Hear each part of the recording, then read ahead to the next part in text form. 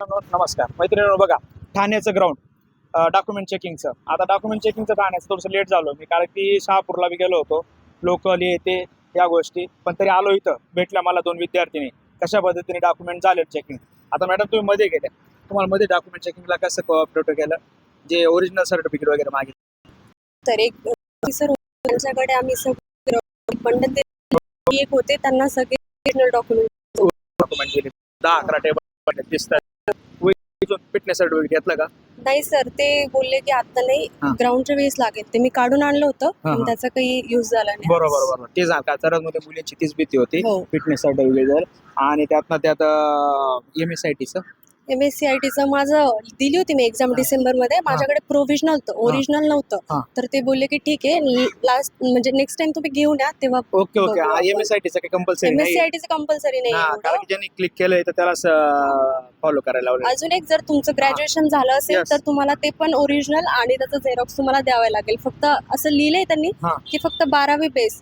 पण मग जर तुम्ही अप्लाय करता वेळेस तुमचं दाखवलं असेल की ग्रॅज्युएशन, तर मग ते तुम्हाला दाखवावं लागेल तिथे. बरोबर हा, ते बी गरजेचं आहे. आणि ओरिजिनल लागतात डॉक्युमेंट त्यांना? ओरिजिनल का? हो, ओरिजिनल चेकिंगला लागतात. कलर प्रिंट वगैरे का तुझ्या डॉक्युमेंट मध्ये होते का, किंवा तुझ्याकडे ओरिजिनल नव्हतं, कलर प्रिंट घेऊन आली? माझ्याकडे ओरिजिनल सर ओरिजिनल होते. हा, सर्वात पहिले तिथले लोक कोऑपरेटिव्ह आहे. आता माझं बोलणं झालं त्या साहेबांशी. मित्रांनो लक्ष द्या, माझं पण बोलणं झालं त्या साहेबांशी. आता ओळखीचीच निघाले ते, तर बोलता बोलता ते बोलले काहीच घाबरू नका, ज्या बी मुली येतील त्या एकदम फ्री राहा, टेन्शन घेऊ नका, कारण की ते व्यक्ती खूप कोऑपरेटिव्ह आहे. तुम्ही जे आलेले टाइम तुला काय दिला होता डॉक्युमेंट चेकिंगचा? माझा 2चा होता. तरी त्यांनी आधीच करून घेतला.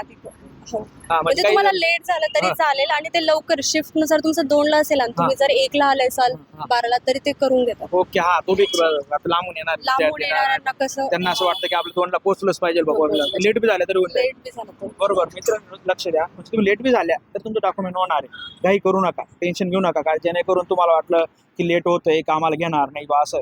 त्यानंतर तुम्ही कुठून आले? छत्रपती संभाजीनगरून आले. की जे मोबाईल पकडलेले आता कॅमेरामॅन ती बिचारी साताऱ्याहून आलेली. स्कोअर पण चांगला आहे तुमचा, 100 स्कोअर आहे ना, म्हणजे आज जेवढे टॉपचे स्कोअर आहेत. पण घाबरू नका. तुम्ही आता येताना कशावर आले? लोकलने आले का? आता येताना ओके. इथे राहायची सोय तुम्ही रिलेटिव्ह करते का? बरोबर. ते आता लक्ष द्या, तिथे रिक्षावाले खूप वेळापणा करतायत. आता मला विद्यार्थिनी भेटल्या काही की 100 रुपये घेतले यांच्याकडनं रिक्षावाल्यांनी. तुम्ही चेक करा आधी डिस्टन्स गुगलला, आपल्याला किती लांब जायचंय, आणि त्यानुसार तुम्ही पेड करा. नाही, खूप बोगस काम आहे. मैत्रीण लक्ष द्या, चेक करा तुम्ही. मीटर लावून या, सर्वात पहिले मीटर लावून या. आता कारण मला बी जाणवलं, मला सांगत होते 200 रुपये सांगत होते 5 किलोमीटरचं अंतराचं. म्हणजे खूप इथं काही आपलेच लोक आहेत, खूप हरामी आहेत चांगल्या भाषेत म्हटलं तर.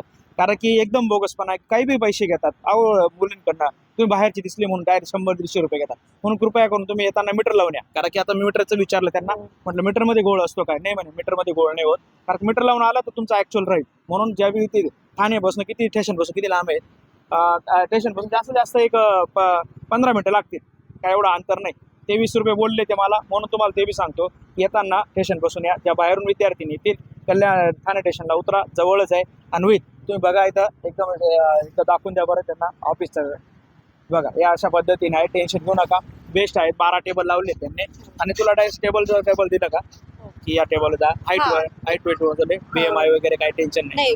हाईट आणि वेट फक्त. हाईट वेट घेतलं. ओके. म्हणजे BMIचं बी ताण करू नका. विद्यार्थी मैत्रिणींनो, सर्व गोष्टी तुमचे जे बी डॉक्युमेंटमध्ये प्रॉब्लेम असतील ते तुम्हाला डायरेक्ट असं बाहेर फेकत नाहीत, तुम्हाला समजून सांगतील हे डॉक्युमेंट चालणार नाही किंवा हे चालेल. तुम्ही एकदा या इथं, आवश्यक या, डॉक्युमेंट चेकिंग करा, तेव्हाच तुमचं कळेल की कशा पद्धतीने हे चालू आहे. म्हणून अजून काही डाऊट असतील तुम्ही टाका कमेंट बॉक्समध्ये, मी नक्की सॉल्व्ह करेल. जेणेकरून तुम्हाला जेवढी मदत होईल तेवढी मदत करण्याचं काम मी करणार आहे. जर व्हिडिओ आवडला असेल तरच फॉलो करा, नाही आवडला असेल, माहिती नाही आवडली असेल, फॉलो करू नका मित्रांनो.